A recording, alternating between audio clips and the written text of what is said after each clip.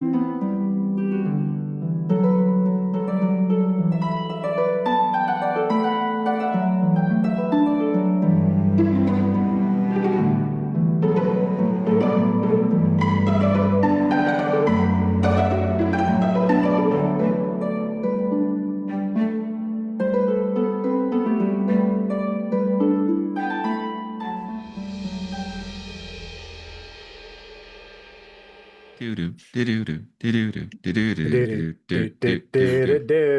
everybody, welcome to Rebels of That Castle.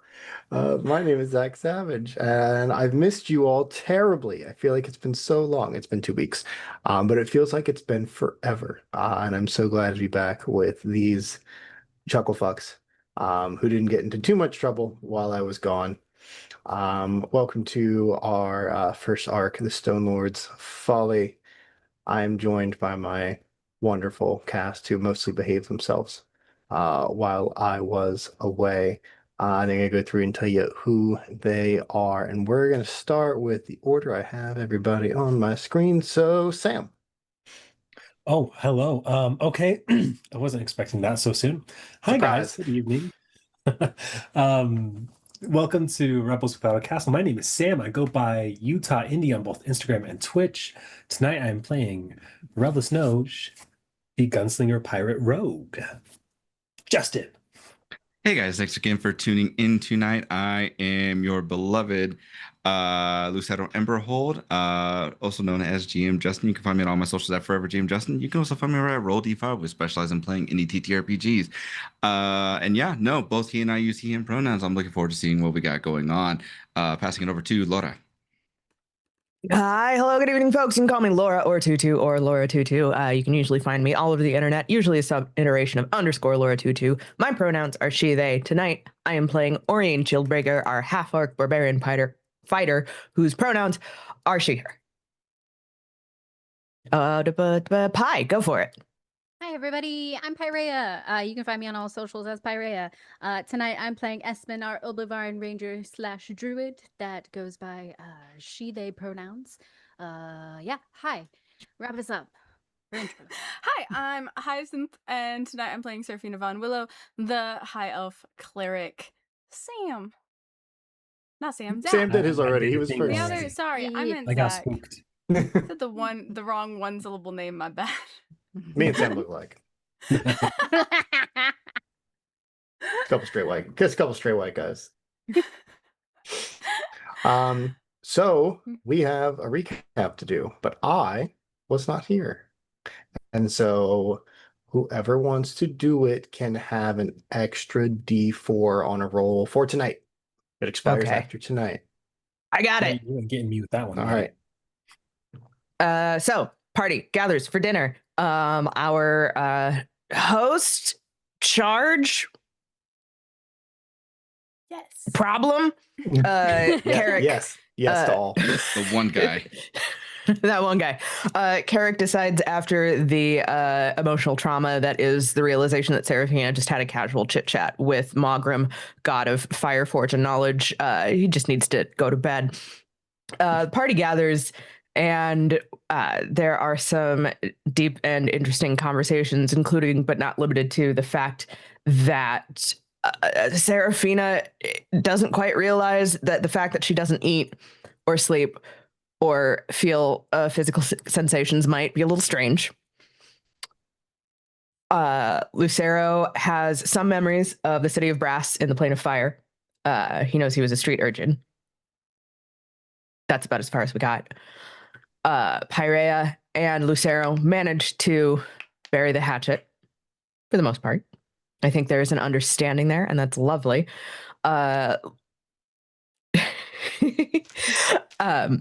Oriane and Revelous finally have the screaming match that we've all been waiting for, and we come to understand that Revelous's slip in the bones, where we were previously trekking around in that delightful little black market, was partly due to his training as a pirate under the name of, what was that gentleman's name, Sam? George Lowther. George Lowther. George Lowther is the one that crafted and created Long John Silver, and at some point, Long John Silver became revolutionary because he no longer wanted to be that man. So we've come to understandings. We've buried some hatchets. It's time to go to sleep, and now the party's got to figure out how the fuck to get back to Corin. I think that covers it, Zach.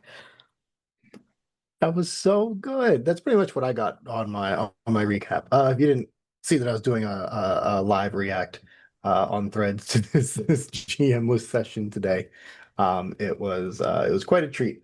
Everybody said a lot of uncomfortable things. I was so proud. But yes, that is where we are now. So I believe everybody is getting ready to go to bed. We rolled for rooms. There were enough. What was the room setup again? 3 rooms. How many beds? Oh no. 2 beds. 2 Still beds. 2 beds. 2 beds. But in one one of the room. bedrooms was it was like a little office space. Mhm, That's yeah. where Lucero ended up falling asleep. Yeah. Yep. And One of the inside was the outside, or the outside had come inside. Yes. the room It was Espen's in. fascia room. It's like foresty, and when you crawl in one of the little twin size beds, you like disappear in the leaves. She's in that room, and then the large room has a large bed in it. Correct? Yes. Yes. Sounds about right. It's All like- right. Yeah. So where is everybody sleeping then? I know we got Lucero in the office in the day bed. Yep. In the day bed. Yep. Yeah. You I guys think said day Ori- bed, and I got like violently like shot back to my like babysitting at my grandma's house, and having to go take my nap on the day bed in the other room. Ori took the larger bed because she's a larger lady. Large. Yes. There's literally nothing worse than sleeping with your feet hanging off the edge of a mattress. Espen is in the outside inside room. I believe Revlis said he was going to sleep in the conversation pit on the couch. Passed out in the pit. Mhm. And then Serafina, where are you having room time? So far she's just been in the main living area because she explained the world to Revlis until he fell asleep, and then she stayed there and tried to summon Magrin. I just know that's the best sleep Revlis is going to have in a long while. It puts you to sleep, figuratively and literally. All right, so Serafina's awake. We'll start with Serafina. So Serafina, you have pulled out your new little holy relics, tiny anvil and a tiny hammer. And you are just kind of periodically smacking them together. Yeah, like she realized during the conversations that there were questions she wanted to ask that she should have asked and didn't think to in the moment. So she pulled out this little jewelry mallet and anvil to see if it would work. Because she could just talk to Rast, so she figures it stands to reason that maybe Magrin will show up the same way. And she was trying to think, because they're technically where they're still an anvil, but she wanted to know. Mm-hmm. So you do this for a little bit, and you feel like a presence, but nobody like appears before you.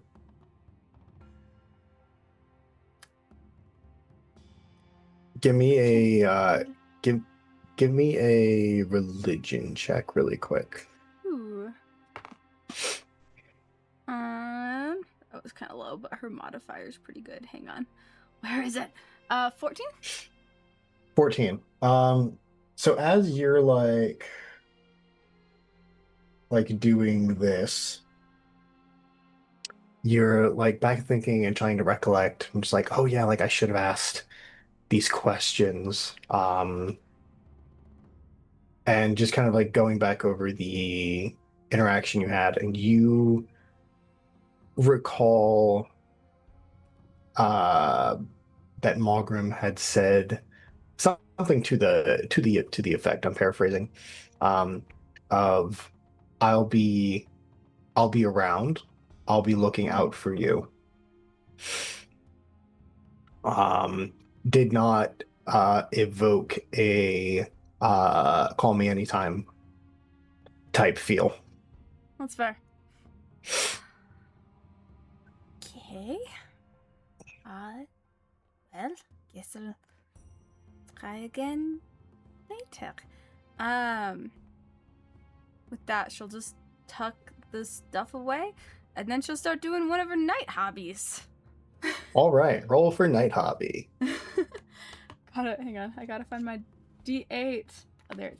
I always forget which one the D8 looks like. Ooh, 1. I got memorizing a new language. She can keep working on Dwarven. She's 3/4 of the way there. Perfect. Finally, after all this time. All Sweet. right, See, she'll study language. cool. So you'll study the language. Give me an intelligence check. Okay. Oh, that was really low. Oh, dang. 4 total? Was Got that it. 2? Verb on the die? conjugation is very difficult. It's yeah. It's usually the hardest part of a language. Mhm. Is figuring out how things are said to different people in different situations. And Dwarven is a very harsh sounding language. And it's just the words don't necessarily feel right on your tongue. But you got the whole night. We'll see what happens. Yeah. Yeah. That's great. And yeah, Um, just sit there, keep going through textbooks on Dwarven. Perfect. All right, Seraphina, you are working on your Dwarven. Ori, how restless is your sleep tonight? Like, First off, give me a Constitution saving throw, please. Because I remember you were very drunk. hey, she kind of sobered up. That is a dirty 20. 30-20. All right, cool. Stomach of steel. The room doesn't spin quite as much as it should. Ugh. There's nothing worse than laying down with the spins. No.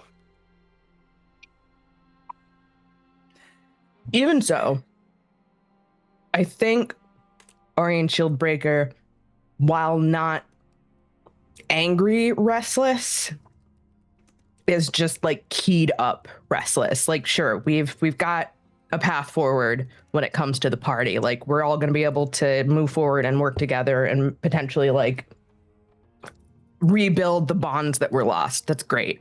We still have to figure out how to get this fucker to Corin in one piece. And something tells her that with his sass, it's gonna be a time. So there's a little bit of like, it's the flop around and you roll over and you fall asleep for like 15 minutes, then you wake up and then you realize it's only been 15 minutes, and then you roll over and then it's another 45 minutes of sleep. Mm-hmm.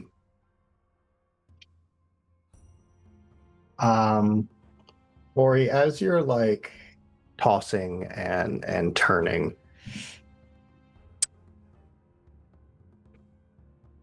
where's your mole? It is leaning up like against the headboard. If something happens, like she can grab it and literally swing. Mm-hmm. And where is the raiment of Gadarin, the sash? On the side table. Mm-hmm. Mm-hmm. She's not gonna go to bed in her outside clothes. That's gross. No shoes on the bed. So as you're sitting there like you toss and you turn, and you hear like the bed creaks a little bit as you're tossing. Then as you settle, you hear like another creak to your left. And then you turn, and you roll again, and the bed creaks, and the sheets rustle. And then you hear another creak to your right. Both of these creaks sound a little more metallic than the creaks from the bed. Cool. The other thing that Ori still has on her is the dagger. The dagger that her mother made is under her fucking pillow. So I think she kind of still reaches for it and waits to hear if something else moves.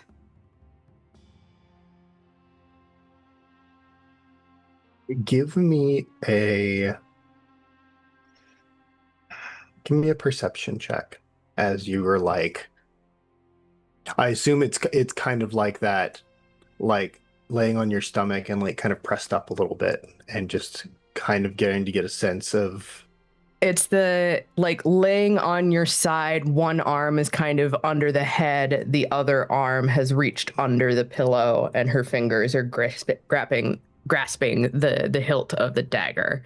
With the intention of standing up and brandishing it if she hears something, or not standing up, like sitting up and brandishing it. And that is a 19 on perception. At the 19. Okay. So you hear the sounds again, and there's no real rhythm to them, but they do sound the same. They just kind of, one is from the right, one is from the left. So she's gonna wait until the creak sounds like closest to her, and then she's up like a fucking shot. She's gonna reach out and grab for whatever it is and have the dagger ready in the other hand. Perfect. So as that next creak comes, Ori, you shoot up out of bed and reach for solely on sound alone. And your fingers grasp nothing.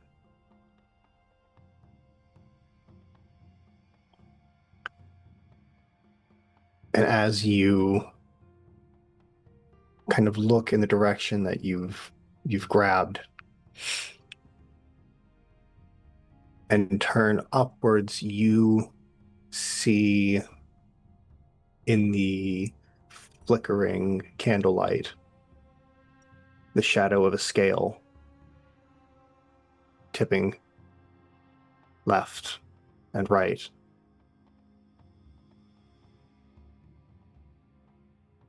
And as the candle flickers again, the shadow dissipates.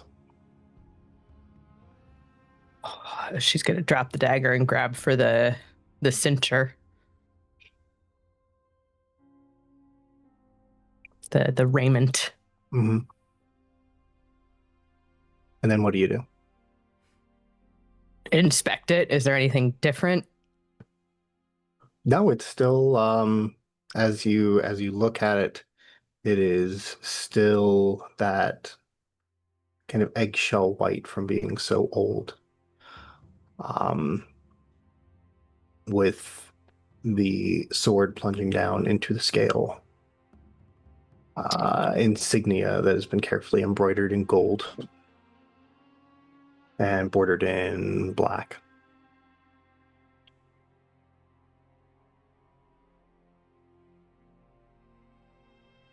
So cryptic. That's your MO, huh?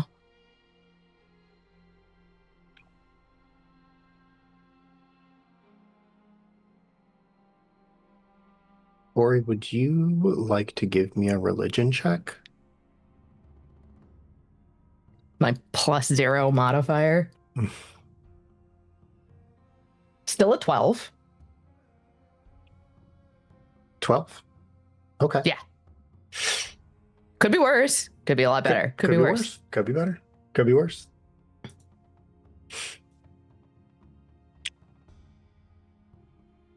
As you kind of call out into the ether,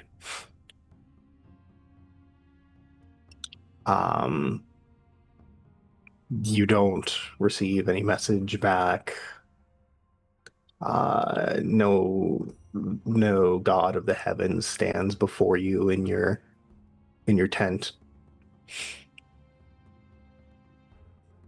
What's your passive perception? 14. And as you kind of look around, expecting, well, if you're expecting anything, the corner of your eye, you see that embroidered insignia kind of flashes gold, as if it was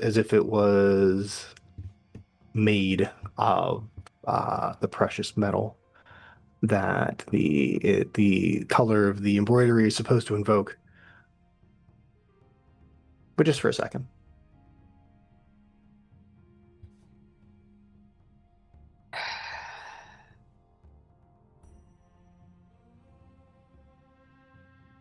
You fuckers are real bad at instilling faith. You know that, right?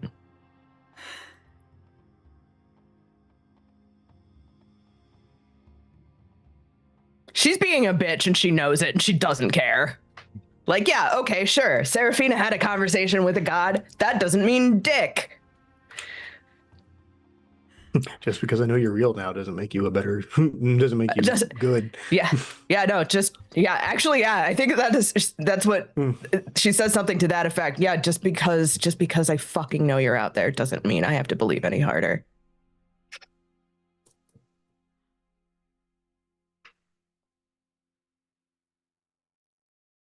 There is no response. The arraignment does not flash. There's no more creaking. No more shadows in the wall except the ones that make sense.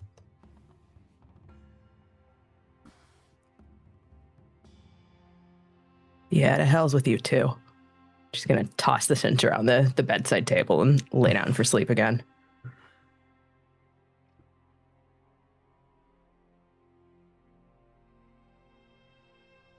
Lucero, what does the night look like for you? Studying. There's he's had his hands on this book, yet he's only managed to get through maybe 20 pages out of maybe the 10, 15 minutes that he's been able to get any sort of cumulative reading done with it, all things considered. So he is spending as much time as he can reading it while still also getting a long rest.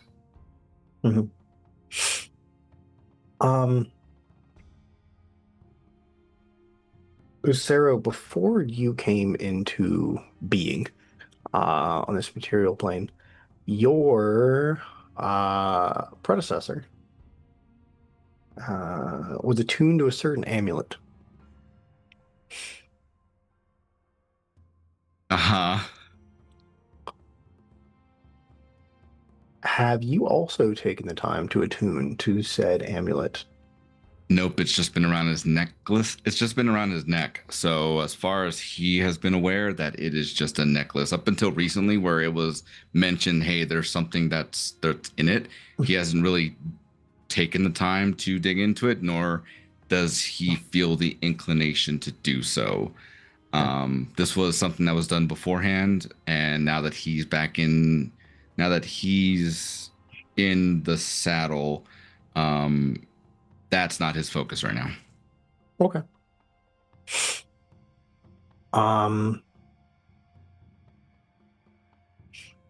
Aside from studying your manual, is there anything else you would like to do before you turn in for the night?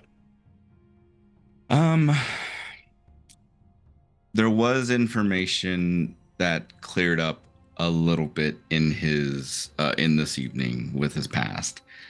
And so I think he'll spend a little bit of time reflecting on it, maybe about 15, 20 minutes of it, just like kind of pushing through just enough to see if maybe something more unlocks. But overall, the next 8 hours of sleep, the next 8 hours that he's going to take the time for his long rest, he's spending at least two of those to do his reading, and I have to make note of that for specific reasons, chat. Um, and 15, 20 minutes before he actually like closes his eyes and falls asleep. Okay. Um, so as you are kind of finishing up your studying,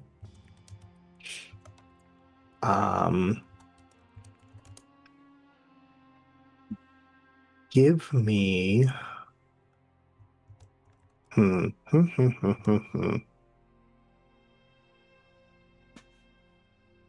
Give me a Constitution saving throw, please. Okay, we can definitely do that, right? Mhm. Right, chat, we can do that. That's going to be a dirty 20. Dirty 20. Perfect. So as you kind of close up, and you're preparing to go to bed for the night, you feel this craving for coffee.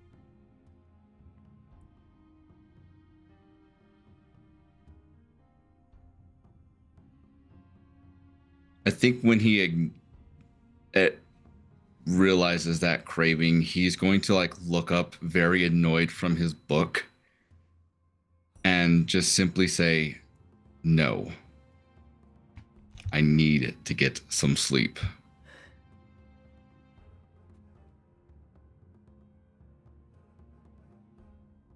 And how would Dante react to that answer? Come on, you had a little bit of coffee. No, I need to sleep.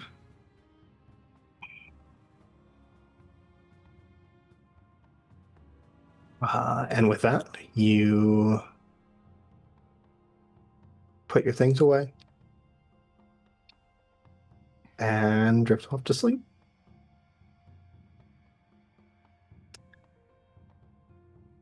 When the plane of fire opens up before you in your mind,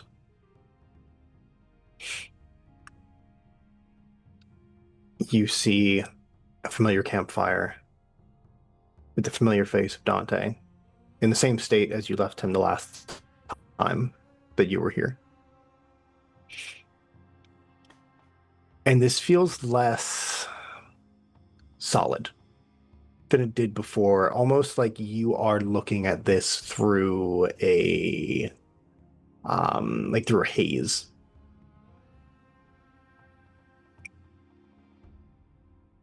But that Mhm. figure that has been standing in the distance, the silhouetted figure against the city of brass, is closer.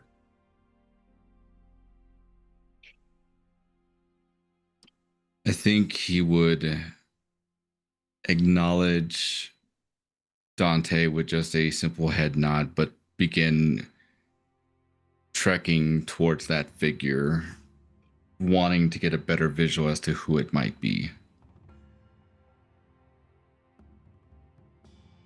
As you begin to walk towards the figure, you leave the campfire and Dante, and soon if you look behind you, you don't see it. The figure in the distance, however, gets no closer than they were when you first appeared. But where you used to feel ambiguity you now feel rage.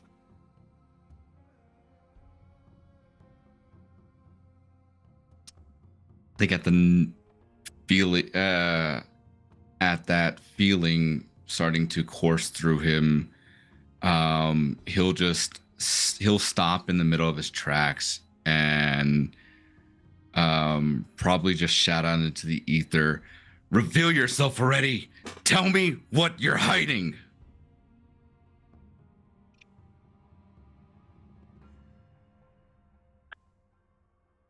As you shout at this figure that is still very shrouded and silhouetted against the city and flames, you see everything begins to kind of haze out as the dream begins to dissipate. And Lucero, as you shoot up out of bed, you hear, and very distinctly after you wake up, "Don't worry. I'll find you." I think as he wakes up, for anybody that's around, because he'll close the door, it's not going to stop him from shouting, "Gods be damned," and you're just going to hear the scuffling of books and other stuff that was in there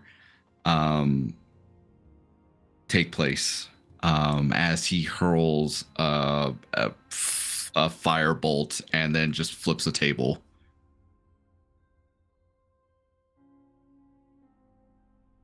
All right. Well, Serafina, you hear that for sure, since you are fully awake.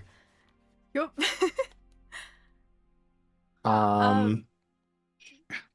She's definitely gonna go in and check on the noise. Does anybody else wake up? I mean, if he's not being quiet about it. Revlis Quietly flip the table. He's just gonna mutter out, "I agree with you." You tell him. Say it. Ori's already keyed up and irritated, and I think like it sounds like a scuffle. She gets up, grabs them all, and storms out of the room. Seraphina probably would already be at the door because she'd run there when she heard the noise to make sure everything was okay. But Espen is tucked into the bed, and the the So room cozy. has its own white noise machine. And like, Oh, yeah, it does. The door, Yeah. It's got like rain. Rainforest sounds. She's Full on rainforest. Yep. Slight distant thunder. So she's all cozied up. She didn't hear shit. No, that's fair. That is so fair. That's yeah. Serafina, you see Ori storm out. What is it? What happened? It's in there. She's gonna open the door. Lucero, is everything okay? The once very put together room, very organized, very neat, is now just in a dishevel, with some of the books on fire, and he's just standing there with his arms crossed as he looks over to you, Serafina, and just says, "Everything is all right. I'm just woke up a little angry. I'm sorry. I lost my temper." That's what it looks like when you're a little angry? Yes. Great. I think Okay. Ori. It's okay. So I think what happens is like Serafina opens the door. You've got tiny Serafina, and then Ori's like head and shoulders like above her, just like peering around. She's kind of glances around. Okay. Since we are being as open as we've agreed to be from last night's conversation, I had a dream. I went to the figure that seems to be eluding me, and I was not able to find it, and I was not able to find out who they were, which is a little frustrating for me. And then I hear their voice saying, "Don't worry, I'll find you." So Oh, I just want to know who exactly I am, and not having this held over my head is even more frustrating than I can put into words. So again, my apologies. I did not mean to startle everybody. that's okay. Do you think there's somewhere like we could learn about it? Like maybe we could find a book about the city of Brass? That is a very good question, and I could not tell you. I don't know. But it sounds like someone's looking for you, yes? That's what I gather.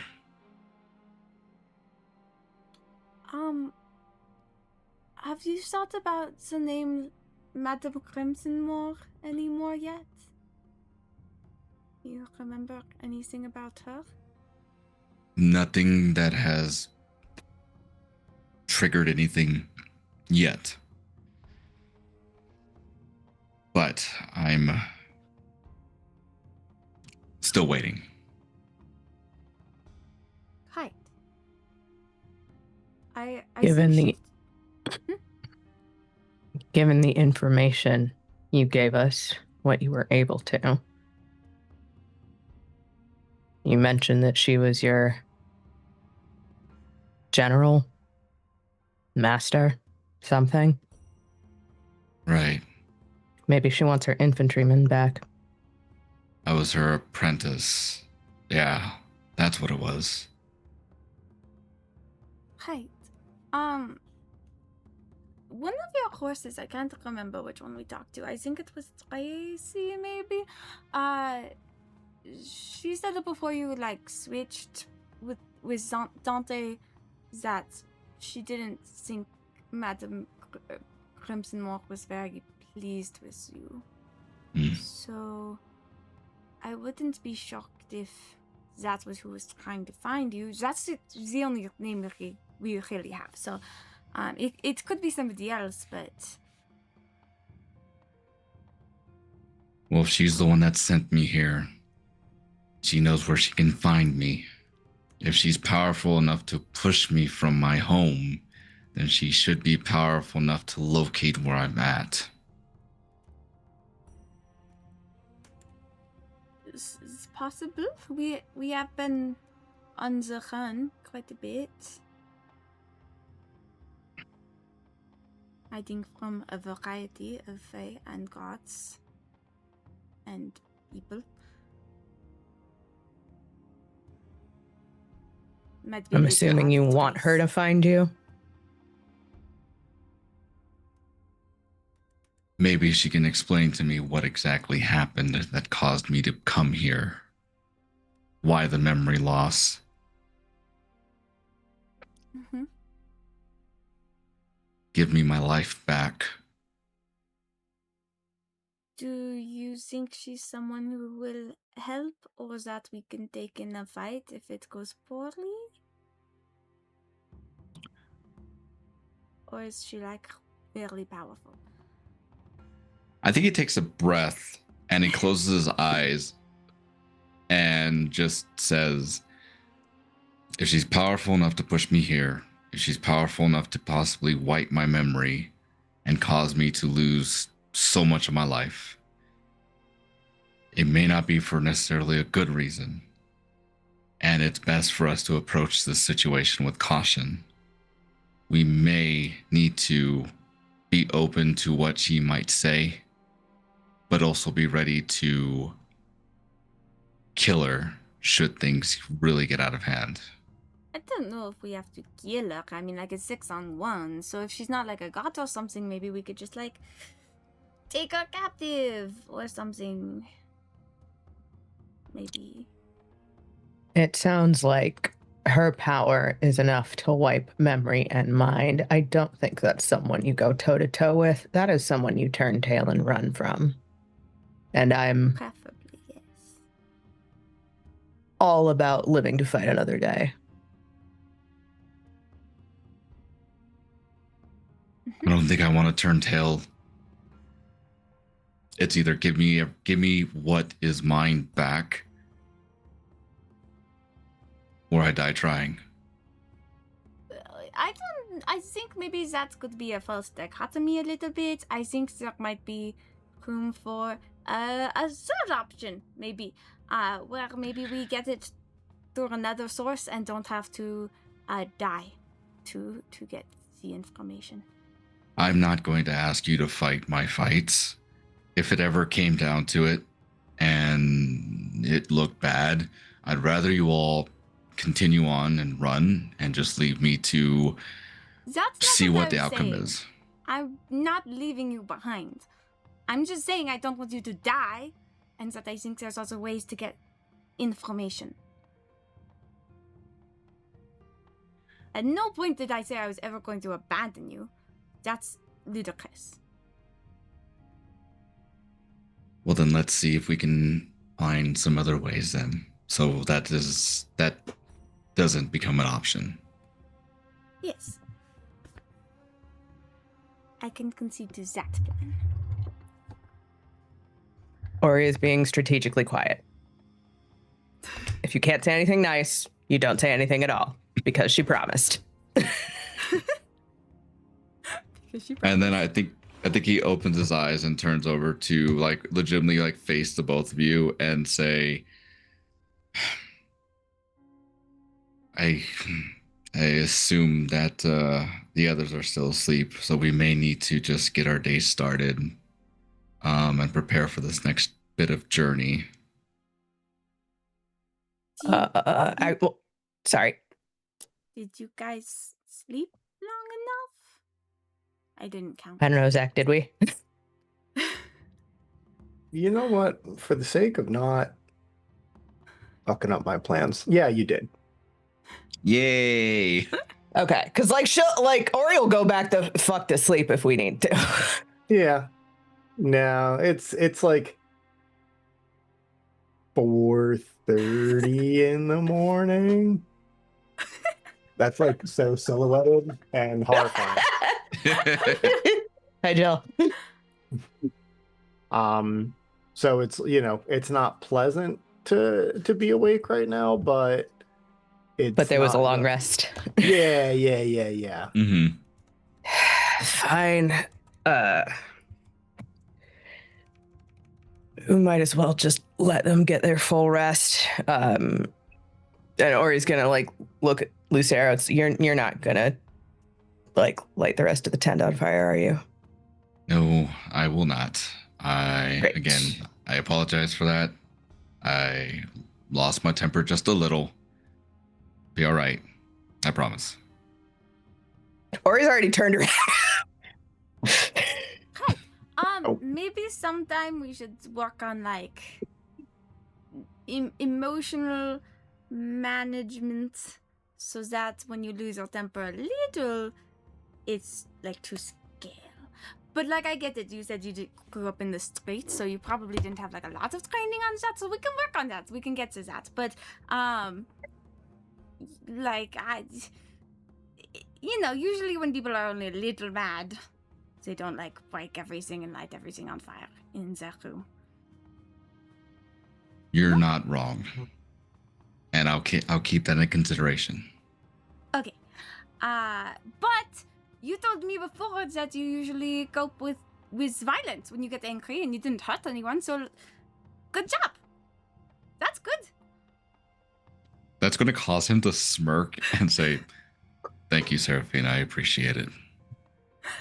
Yeah, it's good progress. I'll go out so you can have some breathing space. She's gonna go out and close the door. It's like super awkwardly.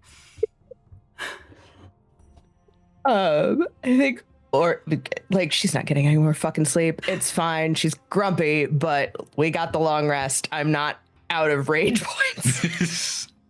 I'm assuming we're out by Carrick's little longhouse. Yeah, I figure you guys are just kind of camped. Yeah. Right outside does he of it. have like a training space? He mostly just kind of has the outside. But there's like ample room if you wanted to like do some warm-ups or whatever. Yeah.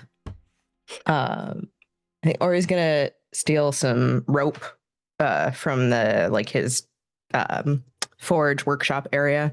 She's gonna string it up between two trees, and she's gonna use that to do footwork drills, like shadow boxing kind of thing.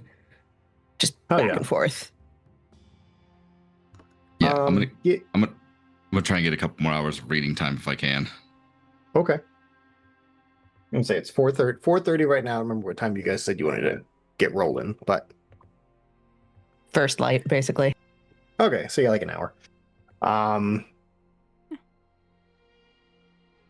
Ori, give me I guess athletics check.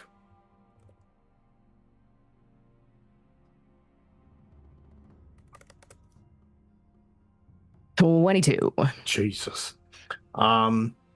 Perfect. So you are dialed in. You kind of get the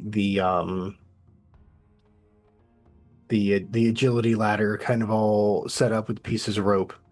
And you are feeling like everything is connecting and communicating. It's like you needed this rest. For the first time in like 3 weeks, it feels like her head is clearing out. Like frustration,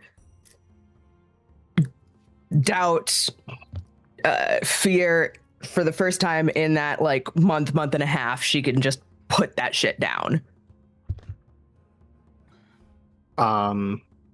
So as you are outside,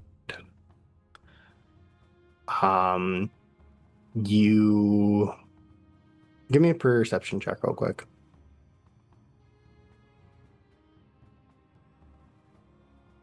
19. The 19. As you are kind of like cooling down, you smell the very distinct smell of black cherry pipeweed. And you see like little wisps of smoke coming from around the back of the facility. Well, she's gonna go be nosy about it. So as you come around the corner, you find Carrick kind of leaned up against the back and smoking this very long pipe. Sorry, I was talking about smoking, and the kid shows up, and I feel like a bad influence. Smoking's bad. It's a pipe. It's fine. Yeah.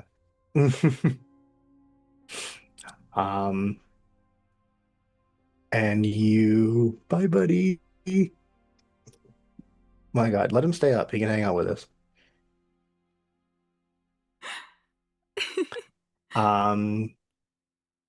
You find Carrick leaning up against the back of the house with a long pipe and just nervously puffing, like the very short. Like barely actually inhaling. Right.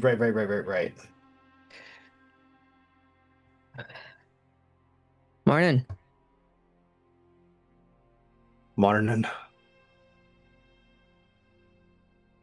You're gonna end up hyperventilating if you're not careful. I haven't died yet. Oh, I don't give a shit about the smoking, my guy. I'm just literally worried about your breath pattern right now. I can carry you if you do pass out. I'm just, fair warning.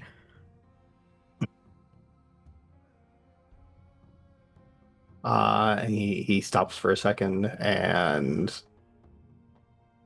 like holds it out to you without really looking at you.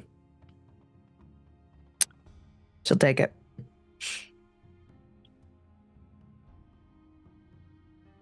It's actual like pipe tobacco. It's so you get that like earthy sweet inhale, and Carrick still hasn't looked at you. He has been steadily just kind of eyes on the horizon. Well, I guess in this it would do the kind of like the peaks of the Green Steel Mountains, from where he's facing. Copper for your thoughts.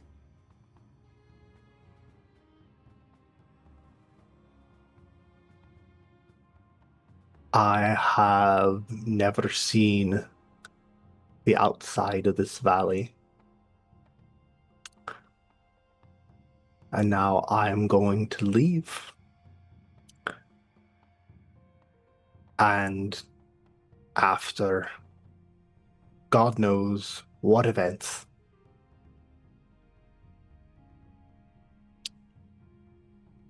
rule a kingdom.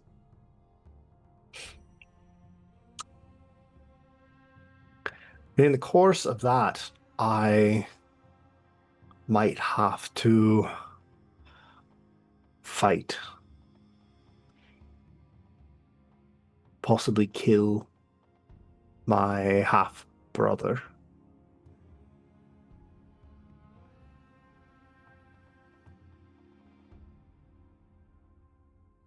And neither of us asked for that.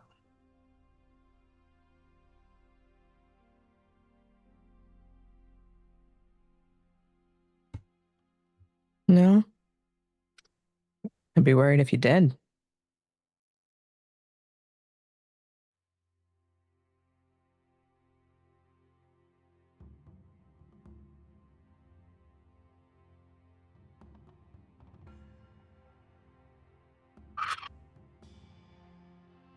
You see, he kind of takes the bite back for you and takes a long drag.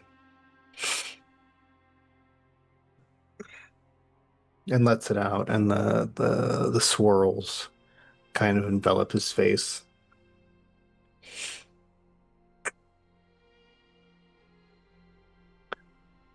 You and your crew here, they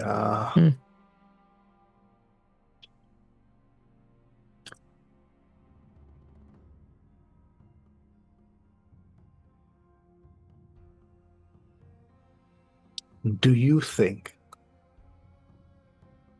this is the right thing?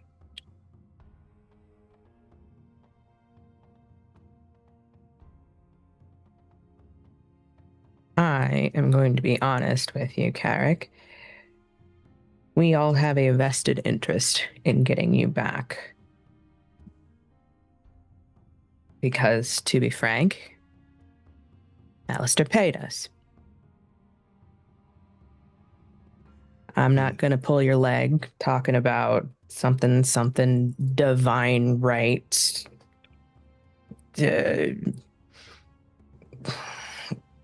Take hold of your fate, destiny. Fuck that.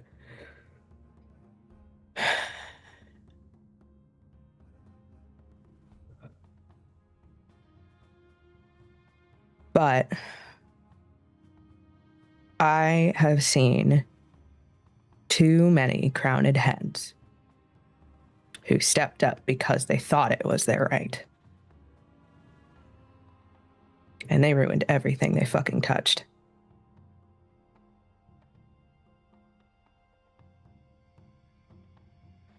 So if I'm going to back somebody, I'd rather back the person who's smart enough to be scared about it.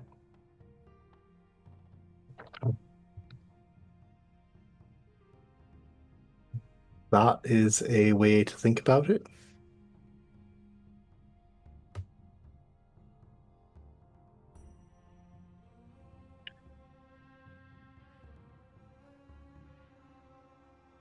I know I don't, I'm not, I won't be upset by whatever your answer is to this question, but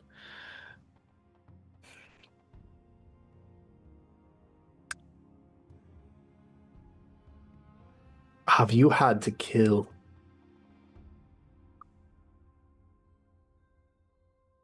to get to me?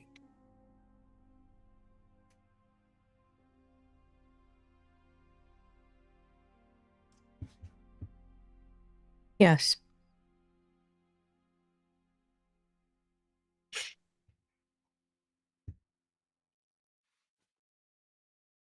Well, With the caveat of if we hadn't taken up arms, we'd be floating face down in a harbor somewhere.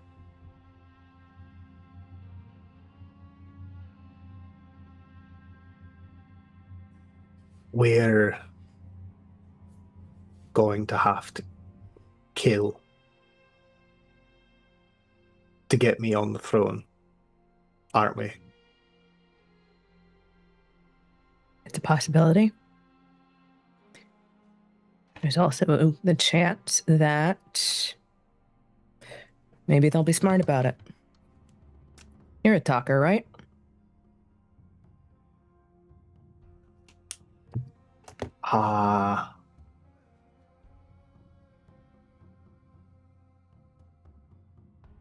More recently, yeah.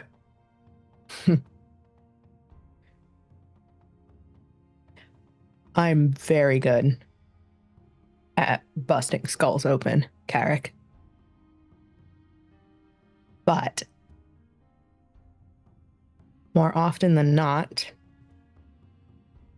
you can win the battle before anyone actually comes to blows. You just got to be smart about it.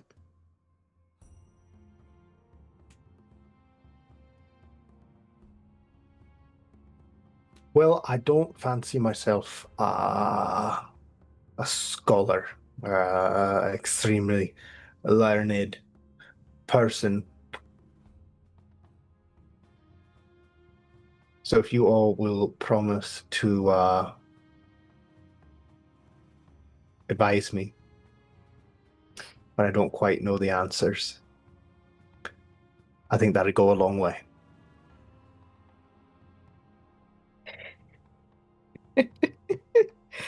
Oh boy. Hell of a group to ask for advice from, I'm telling you, but we'll do our best. Oh no, I Or- know you're all We're a bunch of fucking mercenaries, bud. you're all falling apart at the seams. It's all very clear.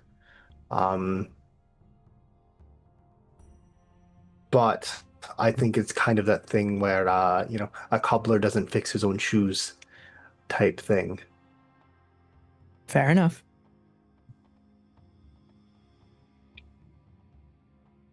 Thank you for what you've done. And thank you for what you're going to have to do. Don't thank me yet, bud. And she's gonna clap him on the shoulder and go inside. There's a lot of bacon and there's a lot of muffins. I stress baked a lot of the night. Well, he can make something of that. And Ori's gonna like help set out breakfast. If he's got like eggs and vegetables, she'll even throw together some good old fashioned omelets. Perfect.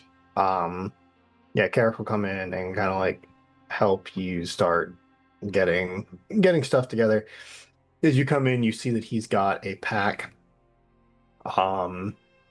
a set of like brigandine armor, and his warhammer, that's now sporting one adornment. as we work together in the kitchen, or is going to kind of pause. She's not going to look at him, but she's going to keep like moving the frying pan over the stove. Hey, Carrick. Aye. When we get back across the sea, possibly even before then, you are likely going to see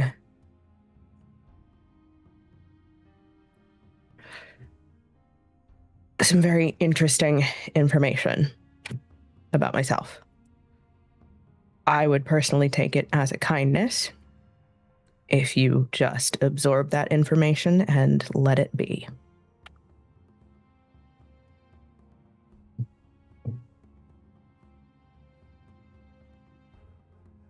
What'd you do?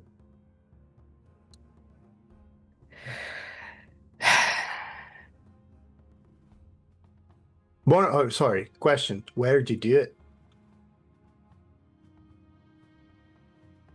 Rassia. Oh, perfect. I'm not in charge of that. I don't give a fuck what you did in Resia. What'd you do? Took some shit that didn't belong to me. Mm. Did it belong to them? Depends on who you talk to.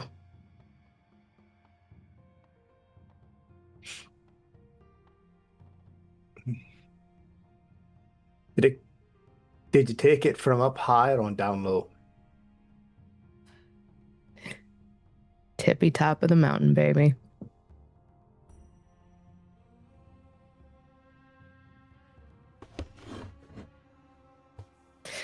Which is why if you see a price under my name, it's going to be an exorbitant one. So just, like I said, absorb it, let it pass. I'd take it as a kindness.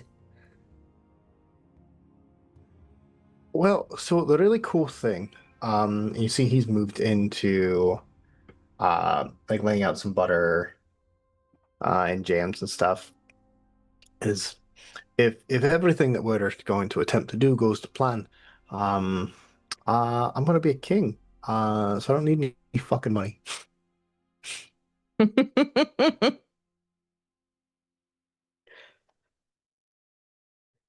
Good man.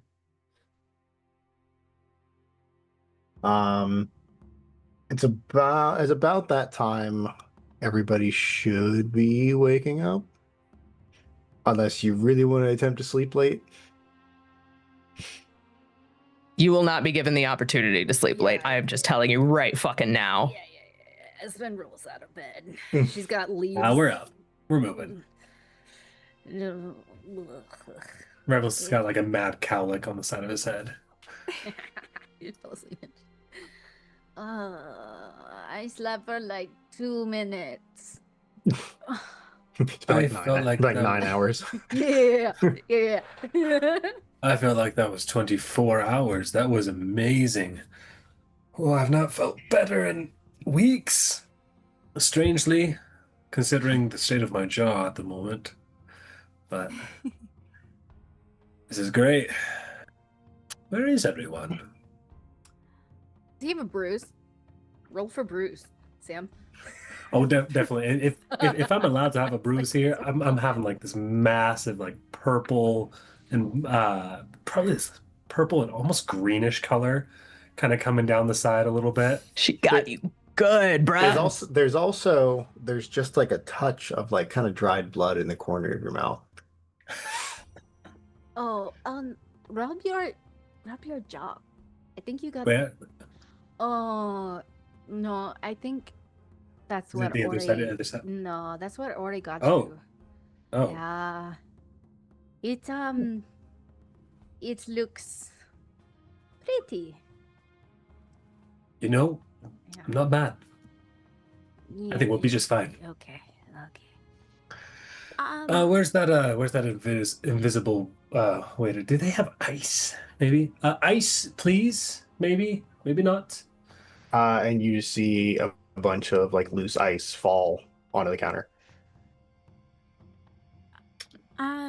Ice in a Oh. cup. A cup falls onto the counter. Are you going to put the cup on your face? No. I think our servant has jokes. Hold on. And he's gonna try and gather up as much ice as he can, but it's like melting in his hand as he tries to pick it up.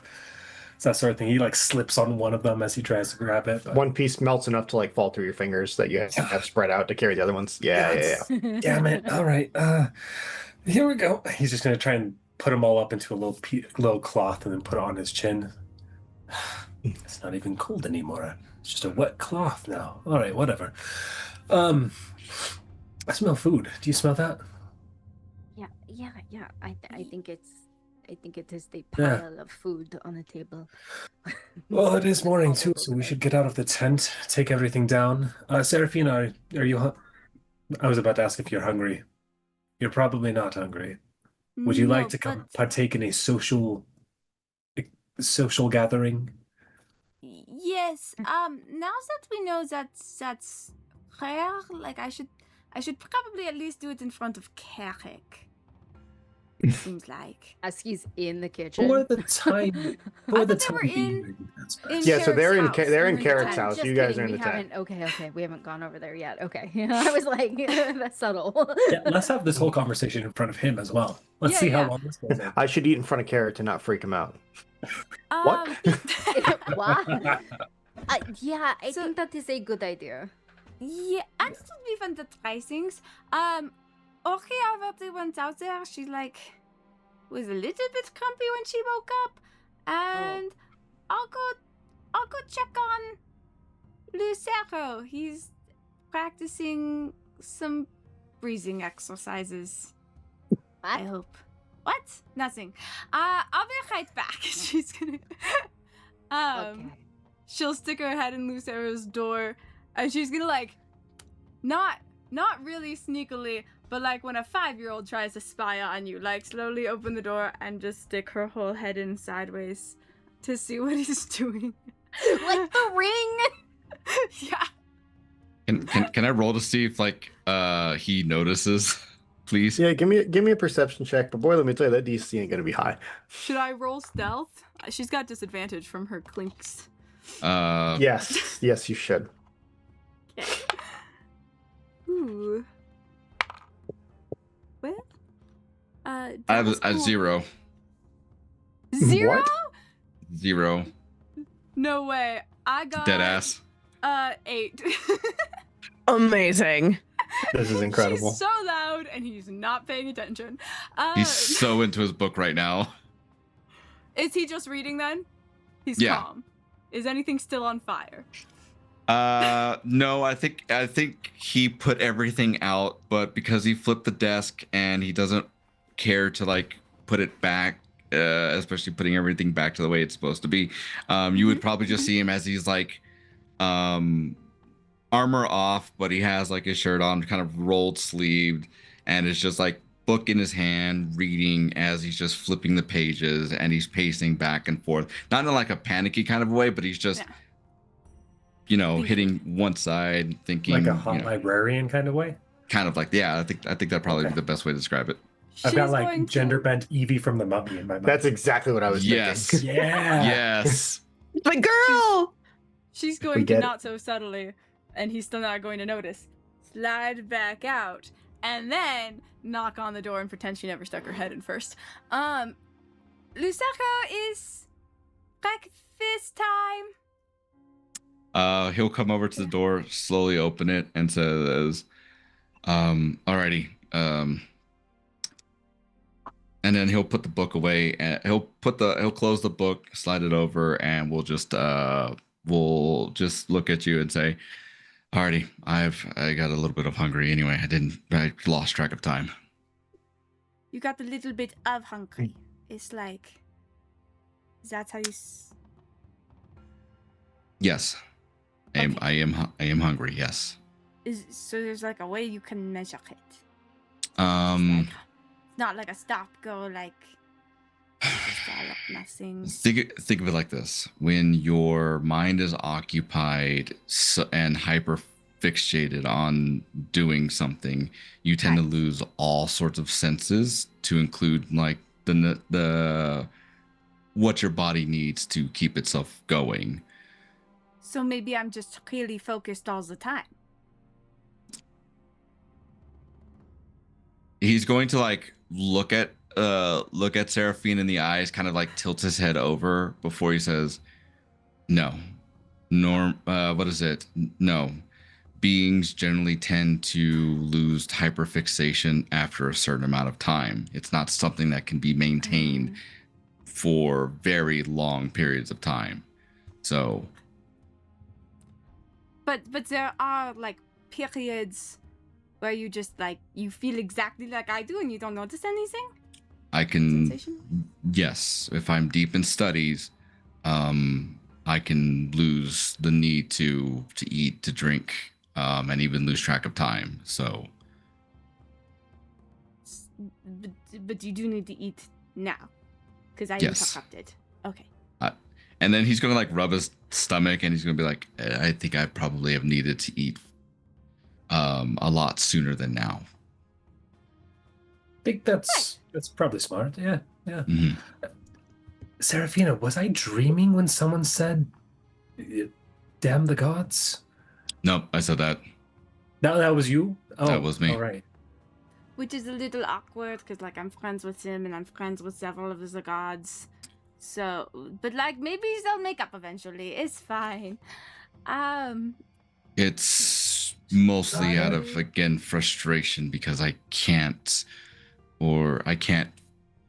just as I mentioned earlier, I'm still having to walk around with gaps in my memory is incredibly frustrating. And you're sure that's because of the gods? I thought you said it was Crimson more. The Maybe. gods have not helped. Yeah, they tend to Be that hands way. off. I smell bacon. I'm gonna go get bacon. Let's talk about this over food, if we shall. I agree. Actually, you guys go ahead. I'll take the tent down. I'll get this all ready so we're set to leave. The rebels will wait until everyone's out of the tent to start packing it all up. Hobble over. Wait with you? I don't really like need to eat. Sure, if you'd like to. I just thought, no, I have to stop thinking like that. You really don't eat. I mean, I do eat. I just eat when when it makes sense to eat. Based on time and what everyone else is doing. Okay. Actually, yeah, this might be better then, because you don't feel like you need to eat right now. Correct. Yes. Great. Yeah, you can stay with me. We'll take down the tent and then we'll go grab whatever leftovers are there, and you can easily not eat if you'd like.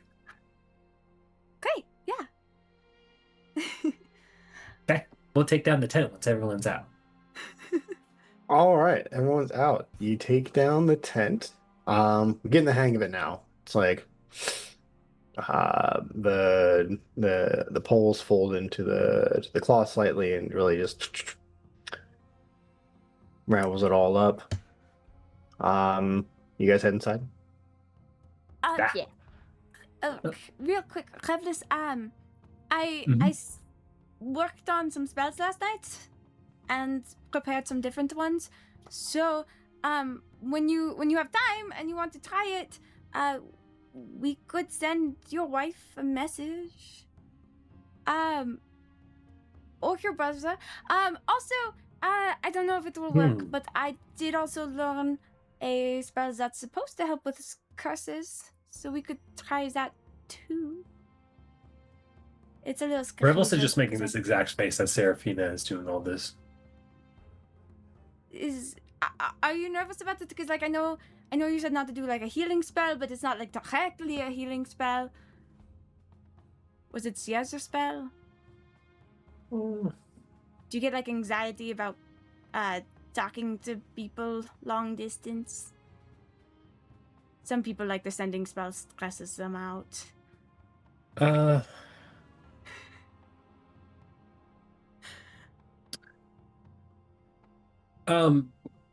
have to do it right now. It's just I was just letting you know that it's an option. I got words are hard right now.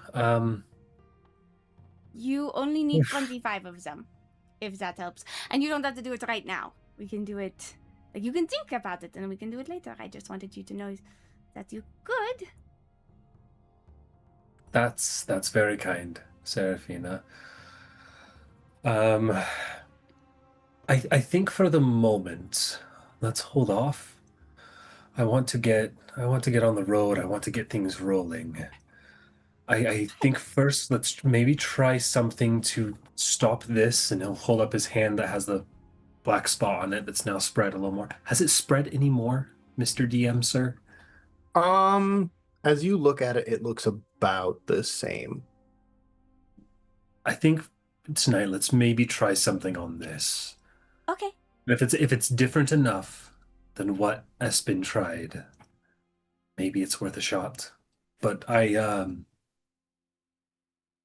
mean, I didn't tell anyone this, but I did not feel great after we initially tried to heal that. I kind of felt worse. Yeah, that's And it wasn't great. The message thing, though, I am going to have to think about that because I don't know what I would say. I mean, to my wife, I know what I would say, but it feels strange. And Serafina, can I be honest with you? Yeah. Magic scares me. You have said that before, yes. Yeah. Do you want to talk Like about really why? scares me. I don't know how to use it. I feel like it's going to hurt me if I try to. Have you ever tried picking up a snake before? No. But They're I've read completely about them. harmless most of the time. So when you pick one up, it's all right unless you're afraid. Then the snake knows you're afraid, and if the snake knows you're afraid, then it might bite at you. And that's the way I feel about magic. Is it because of the teleportation spell? No, that was just fine, actually. That was great. I've kind of been scared of that my entire life.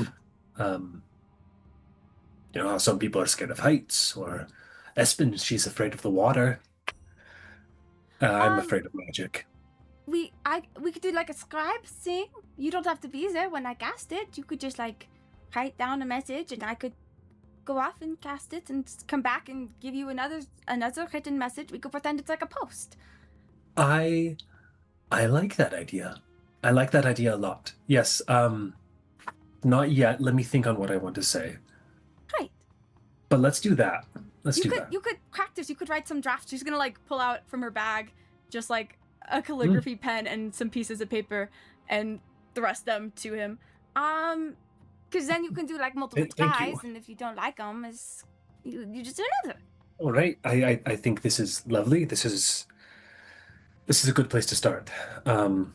Actually, breakfast is a good place to start. Let's Right. Yes. go we need inside. to eat. Okay. I'm gonna think about this. I'll jot some stuff down on the road, though. Okay. Hey, thank you. That's it's very, very thoughtful. Of course. You do things for me all the time. Well, not as much as I should as of late, but we're gonna work on that. Cravlis, you know you were like my first friend. That wasn't just a god, right? I was gonna say imaginary, but it turns out they're gods. But you were like my first like friend. So you mean a lot I to me. didn't know that. But I do now. And that's putting a little bit of a pep in my step. We should go You've get been you my breakfast. first real friend in a long time as well, Serafina. I'm You glad and to hear Espen, I shook her hand on it, and Mm. I think Ori's equivalent of shaking a hand is this, so I think we're good there. Does that mean she doesn't like me because she hasn't punched me? But, no, not necessarily. I think that's something she's reserved for just Lucero and me. Hi. Yeah. I think anytime Ori comes and talks to you and tells you about, her life or the things going on with her, or asks you how you're doing, that's the equivalent of like the fist to the jaw. So does So- everyone like have their own rituals they do for like every person? Because like you didn't shake hands with me, and Ori didn't punch me, and so then like, but I think I'm still friends with both of you. So then, this is really confusing. Do people not have like one like standardized way to be like, hey, we're friends Normally- now? Normally, the standardized way is saying, "Do you want to be my friend?" Okay, because that's the one I was doing, but then I was worried now that it was like too straightforward because everyone else is doing like fancy. Nope. Nope. Random If you things. want to be friends, just say, "Will you be my friend?" Great. That's a great way That's- to start. I think a couple of us don't do it the normal way, and that's okay. Is it because you guys have a hard time talking about how you feel, so you use physical instead? That got really deep. Yes, that's exactly what it is. Okay. Bacon now. You hear or the talk you hear later. the door open. As a character, he goes, yes, you're all terribly adjusted people. We still need to eat because we need to go. So We are Yeah. literally Hot kettle black, Princeling. shut up. I definitely need to eat, and I will come in and do that. Yes. Oh, yes. Stay behind me. I'll grab food for both of us. Okay. You guys head inside, and that's where we're gonna take our break. We don't go anywhere. Our crew is slowly but surely making their way out of the Green Steel Mountains. So don't go anywhere. Welcome back, folks. We are at breakfast. So all of our crew just shuffled in to Carrick's buffet of strictly bacon and muffins. Hey, no. And Ori was omelets. cooking. With And Ori's Ori's contribution omelets. of omelets. Is there an assortment of omelets? Is it like an omelet station where they tell you what they want in their omelet and you make it, or what's the deal? Like it's basically eggs and whatever vegetation Carrick has left over because he's not going to be back for a while, one way or another. So Yes, it's like the pre-vacation fridge clean out meal. Got it. yeah, it's the fridge clean out omelet. So Wilted, it's yeah. yeah, wilted and- peppers, spinach, cheese, tomato, whatever he's got. Yeah. Fantastic. But yeah, she sets it out for everybody. So Espen is like getting, working her way through the kitchen, filling her plate with whatever is available to them. Bacon, muffins, omelets. Perfect, amazing. And as she sits down, she goes, so, I assume we're not going back the way we came exactly. I don't think we can. Yeah. Oh, there's there's some complications going back that way now. Yeah, there's a significant look between Revelus and Ori. Just You don't say. Yeah. Why don't we ask our Green Steel Mountain resident, see what his thoughts are on the quickest way to Corin. Now, what are your thoughts there? That's a great idea. I've never been outside this valley, so Fuck. Right. How did you get here in the first place? I've never been outside this valley by choice. Okay. right. Okay, but did they have any way to get you home in an emergency situation, or do you know if your papa called and sent you a letter or You- something? Understand that you guys are the emergency situation. I was right. afraid you were going to say that. Like this Okay. is the emergency situation. Right. Okay. Right. Cool. Great. So we cannot go back the way that we came. And Espen is digging in her bag now, and she pulls out a map and spreads it across the table so we can all like look at said map.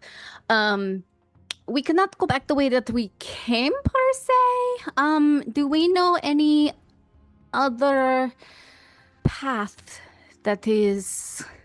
Ooh, we can't go back to the Singing Strait. We had issues going through the ethereal plane, so my Oh, steeds are out of the question. yeah. Sorry. That'll be. Probably that- shouldn't. Yeah, chance that. Yeah. No, that's like ringing a giant dinner bell with this crew. Apparently. Well, No, let's until take a we look did it. here. So it is now we know. So Perfect. I'm thrilled to hear you all did the worst possible job of laying low on Yeah. your way Come here. For someone who's kind never been outside the Green Steel Mountains, that's a little bit of a he nailed little it bit on of the a poor head. justification. Like Right, but I still want to be That- indignant about it. okay, so 57 years and nobody's found me yet? It You're is 57? really hard to travel laying down.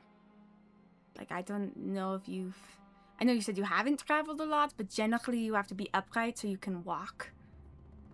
If you lay low, you're stuck in one place. Unless you hold, but I might that's just stay not... here, actually. I think I actually might just... Nope. No, you're coming and we're going, and we need to figure out which way we're going to go. So Okay. Revlis is going to pull out the map that they've got. He's going to put it out on the table in front of everyone and say, all right, well, this is, of course, is us here in the Silver Pass of the Green Steel Mountains. The route that we took to get here took us through the Singing Strait. yeah, That's we a terrible cannot go idea. there. Who decided Yeah. to do that? Well, it was the quickest way. Anyway, we ended up at the Bones. From the Bones, we ended up in... what was the name again? It was... No bones. Yes. I thought we just went outside the bones and then teleported. We did. We went Pretty to much. Telesander, the ruins. Yes, we went to Telesander, and then from there... That's we kind of ended- out of the way. Why did you go... I don't think we meant to. It's a long story, and as soon as your king will tell you. All right. Now, I see two ways that we get back. Mm. The first way is the most direct way. We exit the Greenstone Mountains. We cross the Great Waste. Where We you charter a make ship from friends. Undport, not through the Singing Strait. And we go straight for Corin from there. But in all my years of sailing, I've never taken that route because it's just not reliable. The other way that I see is that we cross northward through the Wanderwood. Oh, Pardon. Fuck no.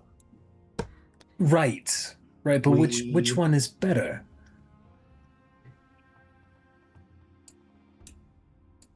oh. So you see Carrick like is holding a piece of bacon in his mouth. He goes, all right, so since you effectively burned bridges all the way here, we cannot go through the Wonderwood. They will kill us immediately. Why? I don't like people going into their forest. Okay, Which so is they're fair. territorial. We don't love when people come to our mountains, so I understand. But we were friendly and you guys let us in, so maybe if we're friendly at the Wanderwood, so let us in.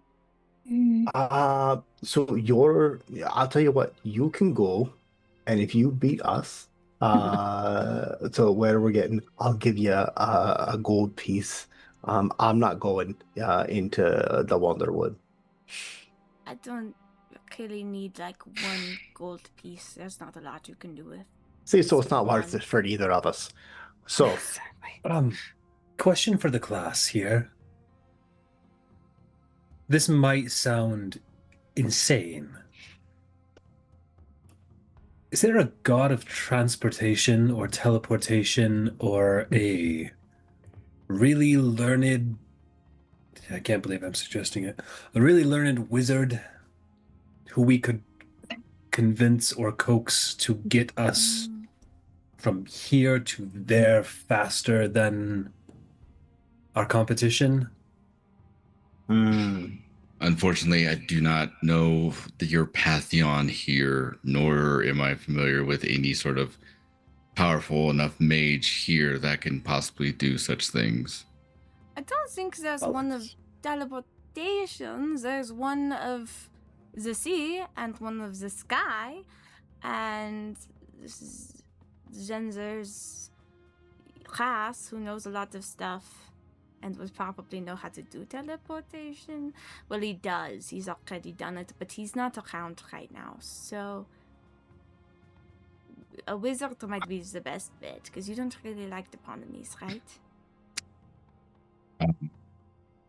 That actually probably No. our best bet. The three, if we go around, and he's going to look over at Carrick, if we go around the Wander Wood and head over to one of the three, what looks to be cities that are there, is it possible that there might be a mage that can do the very thing we're asking for? Probably. I don't know. Dorea's a pretty small settlement. They don't like to act like they are, but they are. The elves in the Wanderwood sounded like a pretty big force. Would they have someone who could do that? We're going to circle right back to the point where they will kill us if we set foot in their territory. But how do we know that? Like, what if we look like wood elves when we go in? Well, I'm already I an mean, elf. I look like a bear, but And I I have a rough 49, so Very Yeah. rough And 49. And I've got a great 57, We but could say I look like a dwarf. We could say you're 650, and then it would even out. Just don't tell people your Jesus. age. Carrick, Hmm. you seem to have an idea on the tip of your tongue. What? It's a really shitty idea. It can't But be any shittier than a way here. yeah.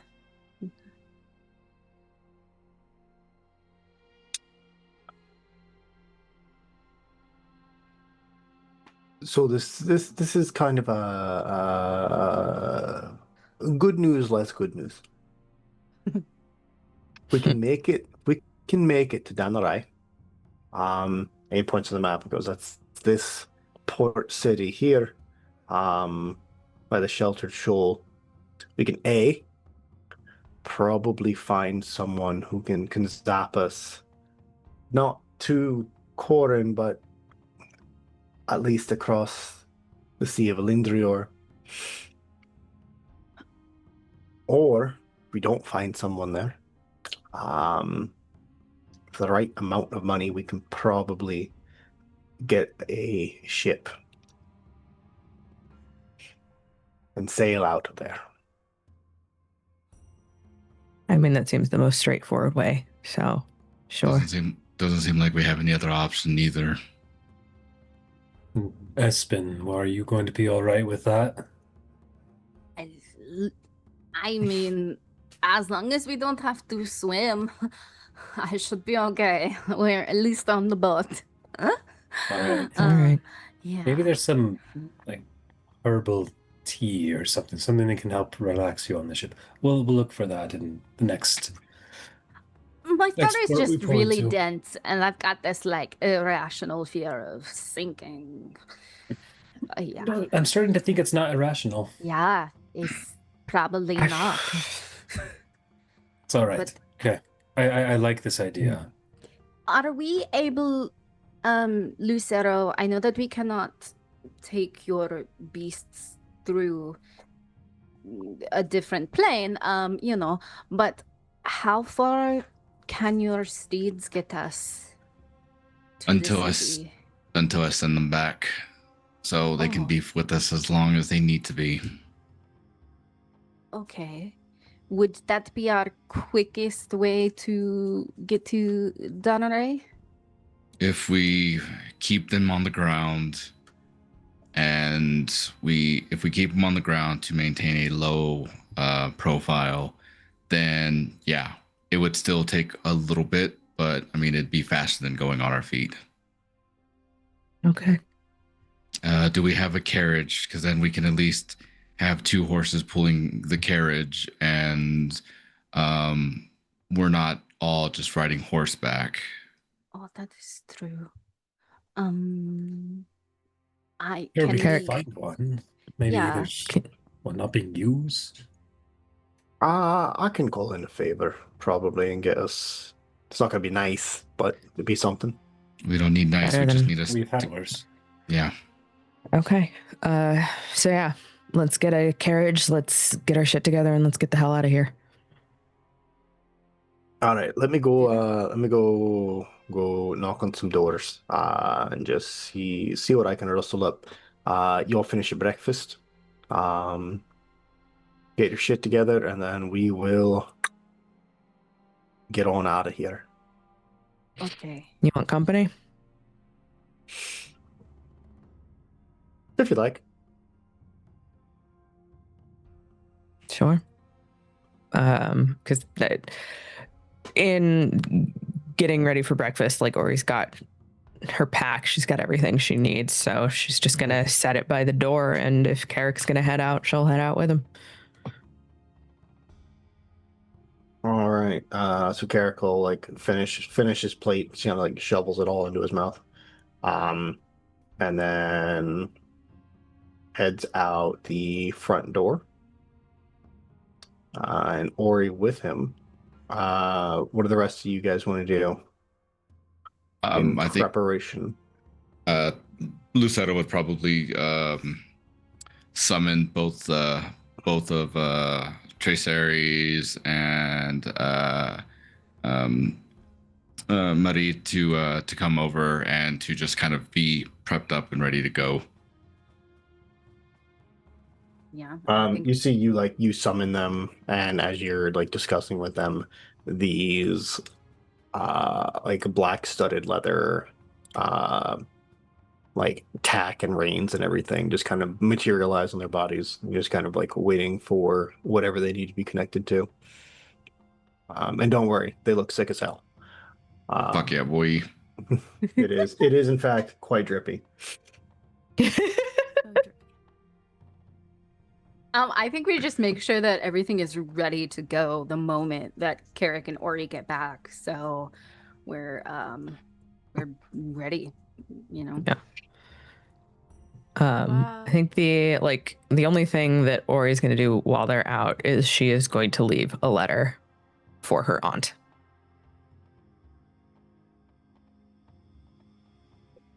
Yeah, so in person. It's like 5 o'clock in the morning. She's probably Yeah. up. Mostly because it's 5 o'clock in the morning. yeah, so you see you and Carrick, you head in that same direction, and he stops at this little farmstead. And there's an orcish farmer already up and at him outside, and Carrick heads over and starts discussing and kind of like gesturing to this carriage, to this wagon that you see that's like covered up with tarps and whatever.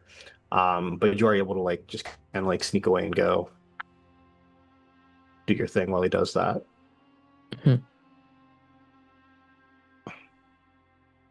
It's not anything like super flowery, super like heartfelt. It's a thank you.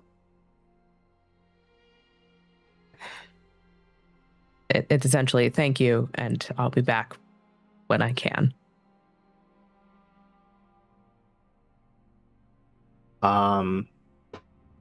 You lay the letter on the anvil on the outside forge. You see there's no sign of your aunt just yet. And you turn to go. Honk.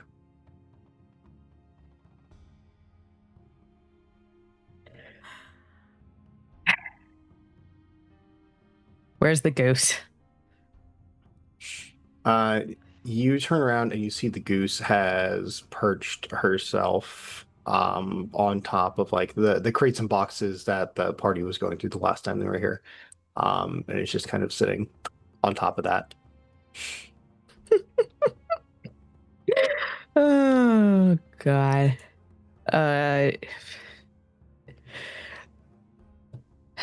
Or he's gonna cast Speak with Animals.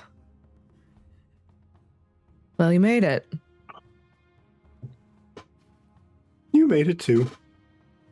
Mm-hmm. Headed back out though. I think this might be a good place for you to rest your roost. I wouldn't suggest heading back with us. It's a big world. We'll see. All right. Take care of yourself. You see that her like four little goslings, they're still pretty ugly. That like weird patchy like in Mhm. between fluff and feathers. Yes. Have like come out and they're all just kind of like sticking their like little bills like in and out of things around the pile that Mother Goose is sitting on top of. um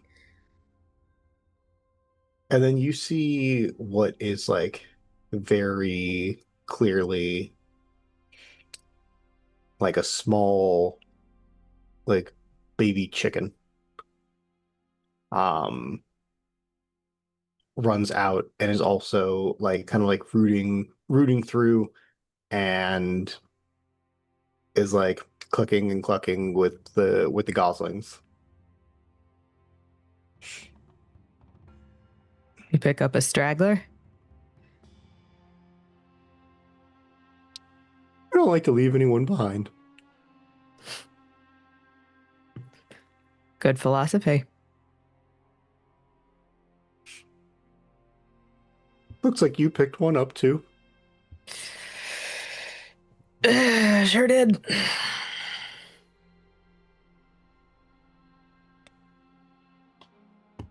And she's gonna dig into her like one of the pouches on her hip and throw out some dried fruit for Mama Goose and the babies.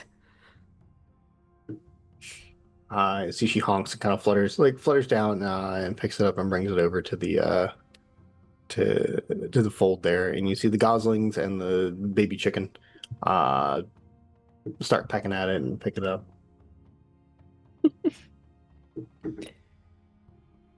Weirdly enough, not the weirdest thing I've encountered so far. Well, you're only halfway done. You know what? That's fair. At this point, we're probably just inviting trouble.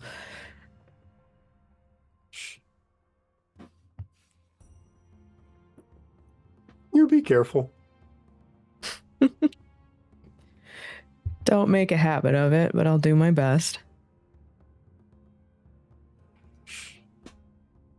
And you see Mother Goose honks, and the goslings kind of fall in line while the chicken just kind of like runs around in a circle around them,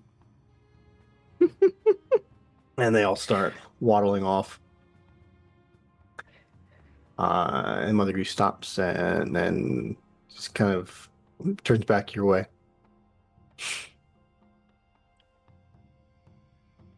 You turned out okay.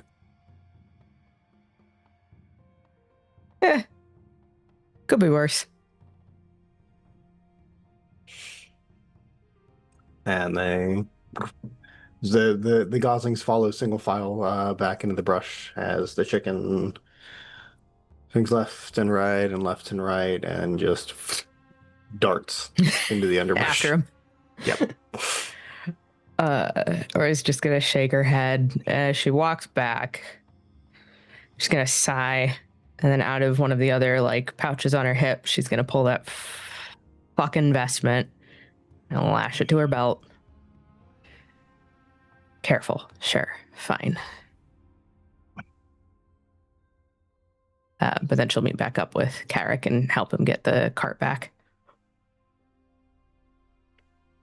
Yeah, you see Carrick has finished his negotiation. As you see the farmer now has a rather large coin purse sitting in his hand. And has decided he's done working for the day and heads back What? inside. That's good deal, man. Good deal. He goes, all right, well you pick up this one side here, and I'll get the other side and we'll drag it on back. Honestly, depending on how it's lashed up, or I could probably just like grab the front of it and walk. It's a point of pride, Ori. All right, okay, okay. So go ahead and roll me a strength check, athletics check, I guess. Also this works. Okay. You got 17. 21. Which is between the two of you, very easily maneuvered. You see, it looks like the wagon has it doesn't have any like bands like become like a covered wagon. But I'm sure you could like rig something up. There's like a lot of like excess canvas and tarpage and stuff. Yeah, if worse come, considering how fast we might be traveling, it might not be an issue, but at least we have it if we need it.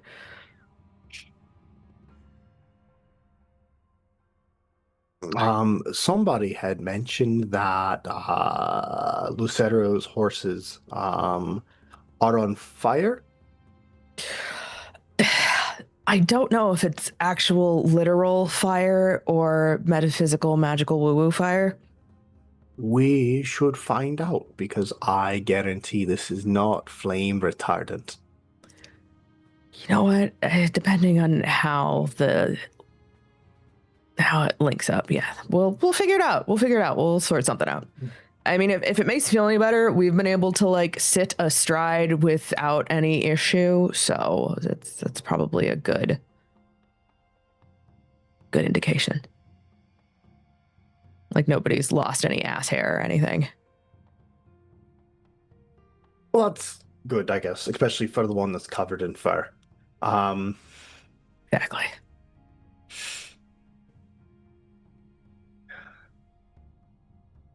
And as you guys are trotting back, you see Carrick is just kind of steadily looking around.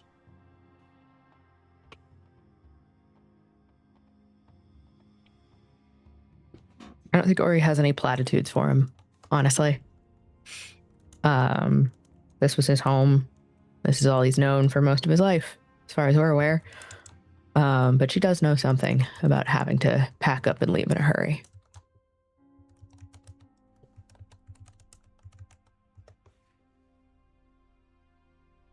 You know, I wish I had more goodbyes to say. But that's my fault.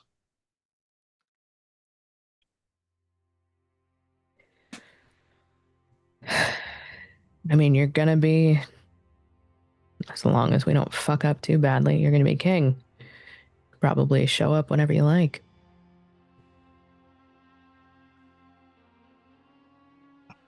For some reason, I get the feeling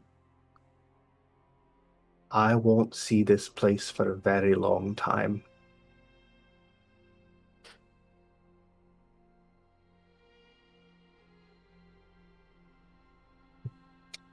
But that's the gig, isn't it? That it is, Princeling.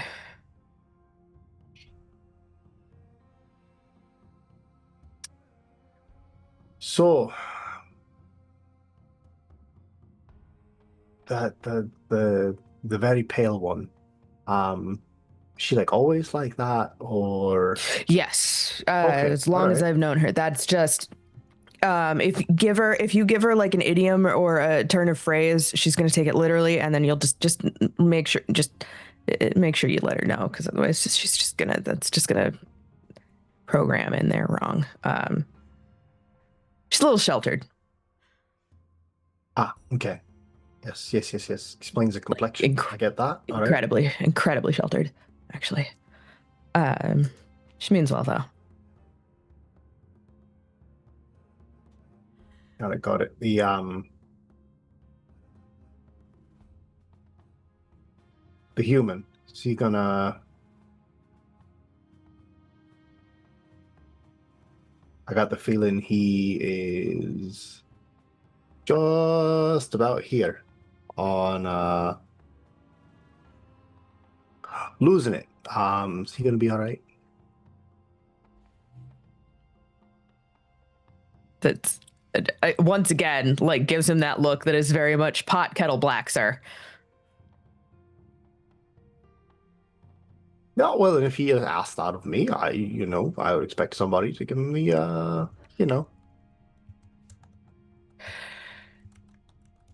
If he steps out of line, he knows I'll put him in the dirt. Let's just leave it at that.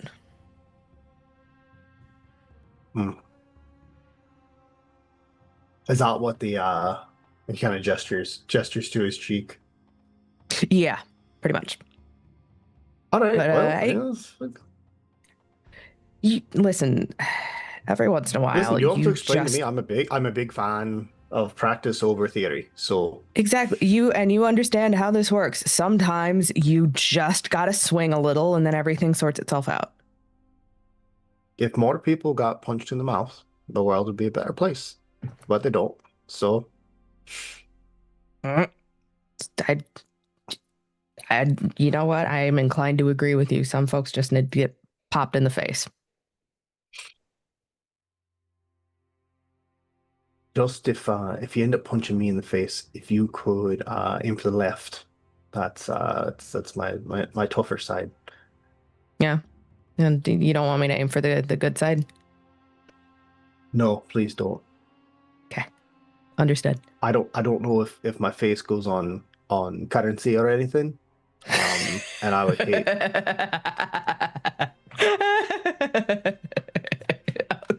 I'll keep I your would nose hate intact, for that to be immortalized on a gold coin. I mean, I don't know. And she kind of like points to her own nose that's like definitely like good and crooked. So, sometimes it's dashing. Not saying I'm dashing, but, I think you could pull it off. But I'll try to restrain myself. It's appreciated.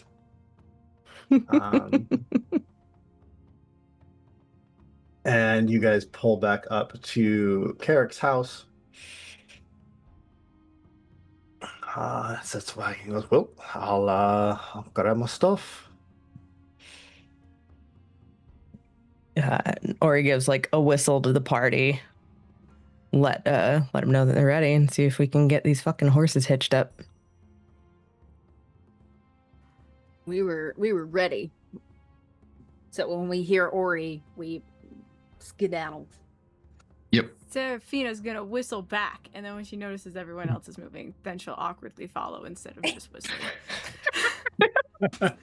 It's giving the dad going, all right, I'm gonna go fill up the cars, fill up the car and check the air. And when I get back, we gotta load this car up. We gotta get to the beach.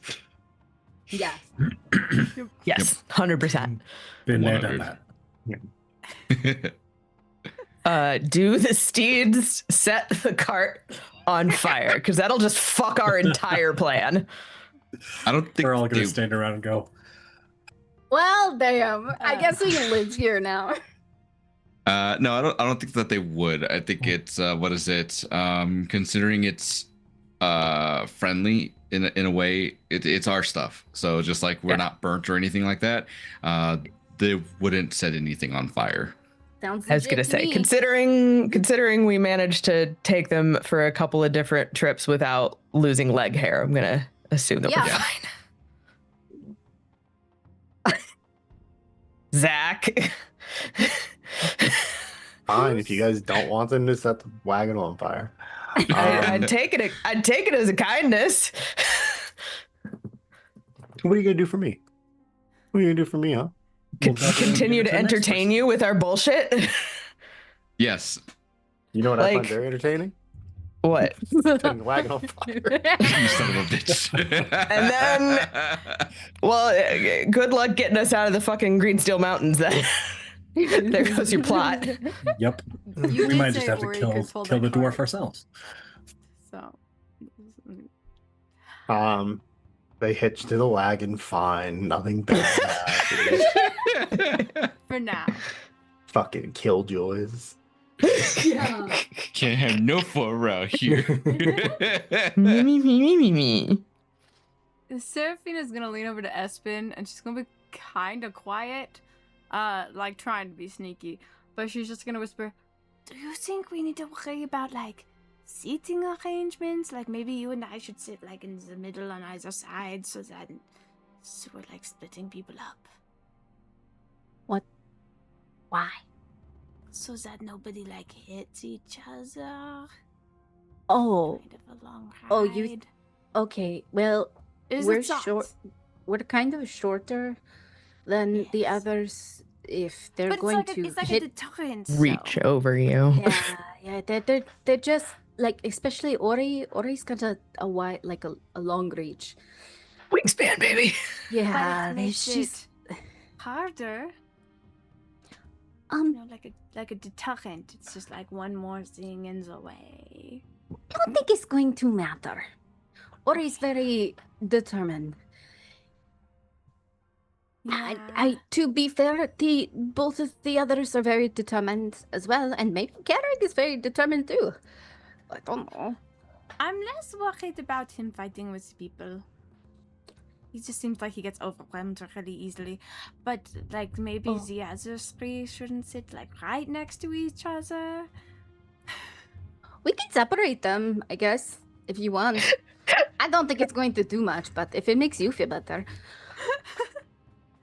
we I love the can. sentiment of I don't think Carrick's a hothead. He just has anxiety. Yeah, he's just an anxious bean. Uh-huh. In his defense, we don't help with that at all. No. It's It's a very calm Hey, presence. listen, I'm just gonna call out the fact that since blows were traded, it's been chill. It has. It has been shockingly It's chill. super chill. You Yeah. screamed at each other literally last episode, though, right before that. So It's super chill. What do you? I I don't know what gotta you're Hey. talking get about. it. Gotta get it out. And considering And then- that before that it had been active, actual physical violence, I'm gonna call that a win. It's a win. Yeah, I agree. Definitely a win. A win is a win. A win is a win. Take the W. Take the W, Hyacinth. I did. Take- I took take- the W take the dub. that Lucero only hurt inanimate objects, but I'm still just saying. It's been a lot of yelling. Still anger. Still angry. Yeah, we can split everybody up. Like, I mean, if you don't think it's a big deal, we don't have to. I just thought it might make things go smoother. Maybe. I'm less worried about one of us punching each other than I am about external factors trying to punch us. Okay, we can let the pieces of paper scatter how they will. I don't. It's whatever. Let's So- just see where it goes. So as you all are kind of getting your stuff together, you see Carrick drags out his pack, his armor and his hammer, and he throws the pack up into the wagon, and then kind of addresses all of you and says, how prone are you all to getting in a scrap that you didn't really plan for Very. hard. Pretty much ready for it at this point. Yeah, And you see he decides to go ahead and don his armor there. probably a good choice. He goes, At some "Great, point- this is at- going to be at- so comfortable of a At, so- trip." at some point or another, Carrick, you'll probably get hit at some point by one of us. It's most Uh, likely going to be Lucero first. He, and not in a bad way, but you just seem to have the shortest fuse. Ori I've only- looks down at Carrick and is like, I mean, we already talked about it. We're fine. Yeah, I know. I understand. I've only You're hit all one you're person. all severely broken people, and you communicate through violence, and I get that. A person. Not yet. I only hit a person one time, and I apologize. And that should tell you, Carrick, if Serafina hits you, you're in trouble. I've done a bad thing. Understood. Hmm. All right, let's get this fucking shit show on the road, shall we? Sure. Great. Yeah, that's great. We Alright. pile into the Tally wagon. ho.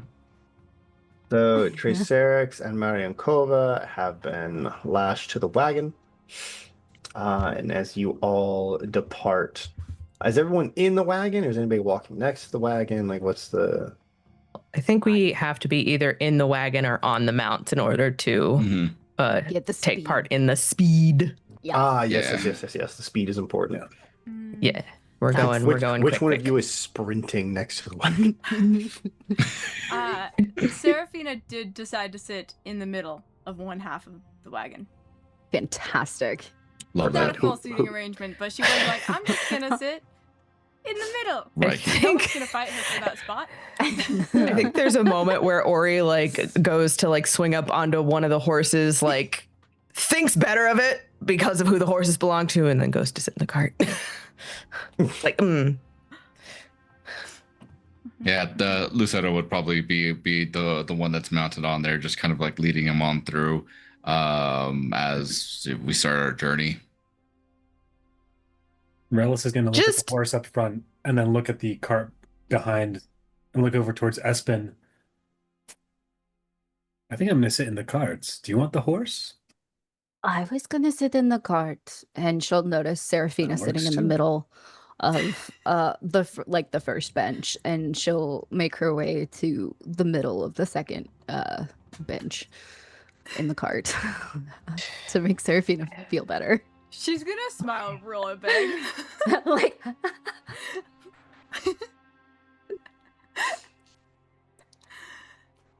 okay. Is it how roomy is this cart? Is there enough space for everyone back there, or do we need to kind of evenly space ourselves out? I mean, it's not the roomiest thing in the world, but everyone fits in there without having to sit on top of each other. You see, Carrick is actually sitting off the back of it, okay, bet. doing kind of a leg dangle. Okay. I'm gonna keep an eye out. And if it looks like as we get going, he's about to get pitched off the back, I'm gonna make sure to grab him. Yeah. Someone have some rope. I was Actually, gonna yeah, say, we- should we Can we tie create him Yeah. the down? first canonical seatbelt, please? I think you know. I think as we're like getting those last couple of things like set in the cart, or he's gonna like tie a couple of lengths of rope like across the cart just in case. Just in case. Carrick. You know what? I'm just going to point out that nobody would have to be worried about Carrick falling off the cart if you would let me set the cart on fire. Fair point. I refuse at this point. And there'd be no It's a cart- matter there'd be of no principle. cart for him to fall off of. This is It's a ma- entirely and- y'all's fault. It's a matter Or- of principle. Listen. But she's gonna. You're gonna be fine. Yeah, Carrick, these mounts, they go incredibly fast. Can you do me a favor and keep a hold of the rope? Oh, yeah, no, I've never fallen off anything while sober, so it'll be all right. You I- say that now. I think as he says that, you're just gonna hear a loud hi from Lucero as like the horse just begin like taking on off. All right, let's roll his deck Dex save and save. see if he makes it. Can I give him advantage? Thank God, because he didn't roll high. Yeah, that's his fault, man. He got told better. That's right. Still not the best. He still only Buckle rolled up. a 10. He still only rolled at 11. Can I grab him? Yeah, give me a. I guess it's a. I'd say it's a dex check. For the reflex. 15? 15 will do it. So Tarek says that, lurches forward, and you're able to just. She just grabs like the back of his breastplate. Just Yeah. you were saying? Yeah. Well, I had like one this morning just to like get my head straight. So I guess technically I'm still correct. As he falls back. Hold on, Princeling. You see he scoots a little farther back. And he's less dangling at like the knee. And is more kind of a legs straight out. And has one hand on a rope. Good man. Off we go. Yeah. Yep. So as you guys approach the Silver Pass, you see Tarek, the guardian of this side of the gate, and the Greensteel Mountains' favorite greeter. And you see he jumps up off his stool and goes, "Oh, leaving so soon." We gotta get back. Business to attend to and sorts. Sure, none of my business. Absolutely not. I would say. Do you know you have Carrick on the back of your wagon? Yes. That we do.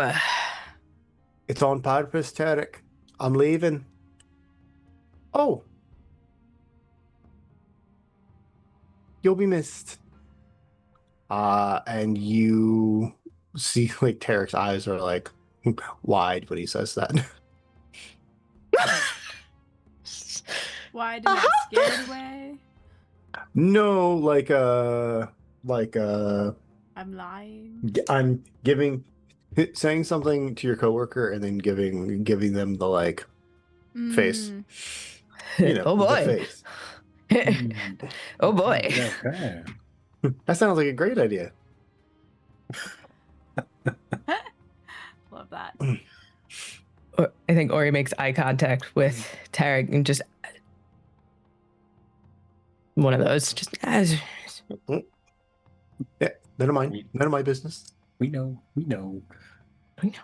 Not my business at all. But safe travels. And again, Miss, and you see he gestures and turns to you, Seraphine, and he goes, terribly sorry. And then takes his hammer and you see he smacks it against the rock next to the opening of the pass. And you hear this bright ringing sound. Well, off you go. Thank you. And once again, you enter the Silver Pass, and it feels wider than it was the last time you came through. Imagine. Do we, Almost. Do we see almost. any armaments along the way? Well, so right now you're just like in kind of like sheer rock. But when you came through the first time, you were on foot. This time there are horses and a wagon. It feels like maybe something was adjusted so that your horses and wagon would fit comfortably. Oh. And just like the first time, you pass through the other side much quicker than it makes sense to be, considering you know how wide the mountain is.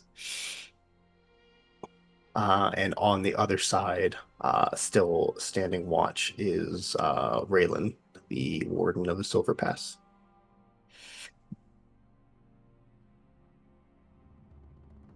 Warden? Mhm. Leaving so soon. Business to attend to.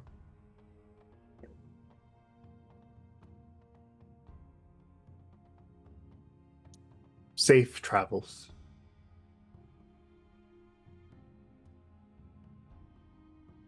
And in Orcish. Or he will just tell him, may the steel of the mountain sustain you.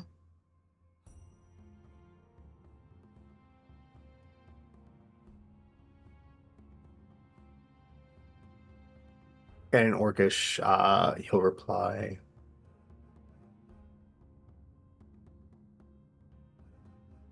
the mountain sustains me as I sustain the mountain.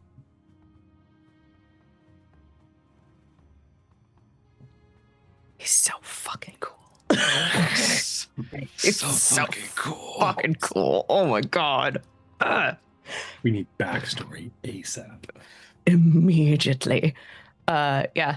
Or he just kind of gives a salute. Emberhold, Yes. you want to get us the fuck out of here? Say less. And then he'll give another hat, and they'll begin to take on off again.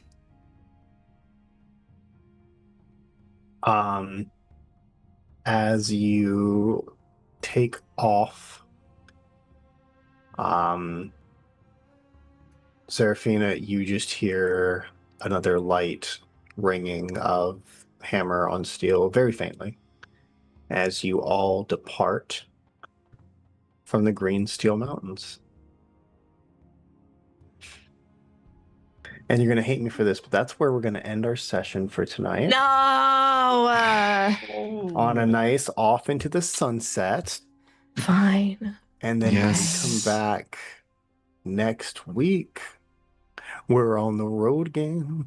We're on the road again. That's actually all we're allowed to do, or you ban. Yeah. Oh, yeah, that's right. That's Sorry. it. We're rebels with a road. We just don't want to get sued. Rebels with a cease and desist.